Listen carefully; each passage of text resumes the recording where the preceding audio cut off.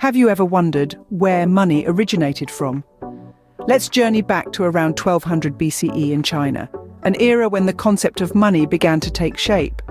It wasn't the jingling coins we're familiar with today, but an innovative medium of exchange, a metal rendition of cowrie shells.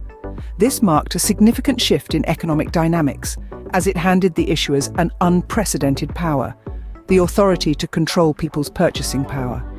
An intriguing facet of this medium was its controlled and limited number, which allowed for the consistent maintenance of its value.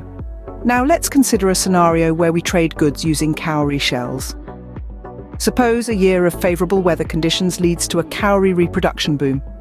Suddenly everyone has more cowrie shells, and with more money people are willing to spend more. But without an increase in goods and services, prices inevitably rise.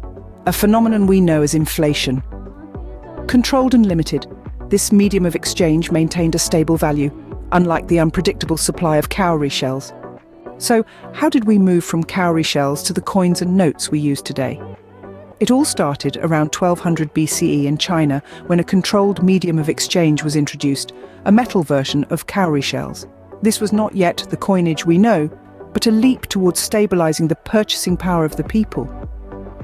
Imagine a year with exceptional weather conditions that favor cowrie reproduction. More cowries wash up on the beach, and everyone suddenly has more to spend.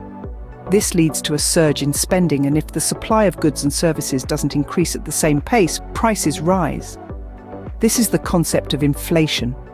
The baker and milk farmer may sell more, but the value of each cowrie shell decreases, leaving them no better off. The instability of value based on the unpredictable supply of cowrie shells was a significant challenge. Inflation, the rise and fall of prices based on the availability of the medium of exchange, was a significant challenge in the early days of money. So, we've travelled through time understanding the evolution of money, but what have we learned? Well, we've seen that money, in its earliest form, was nothing more than cowrie shells. It was a simple, natural medium of exchange. But as societies grew more complex, so did our concept of money. We moved from shells to coins, from tangible to controlled and limited mediums. This control, this limitation, became crucial in maintaining the value of money and the purchasing power of the people. And then we learned about inflation. It's not just an economic buzzword. It's a real phenomenon that affects us all.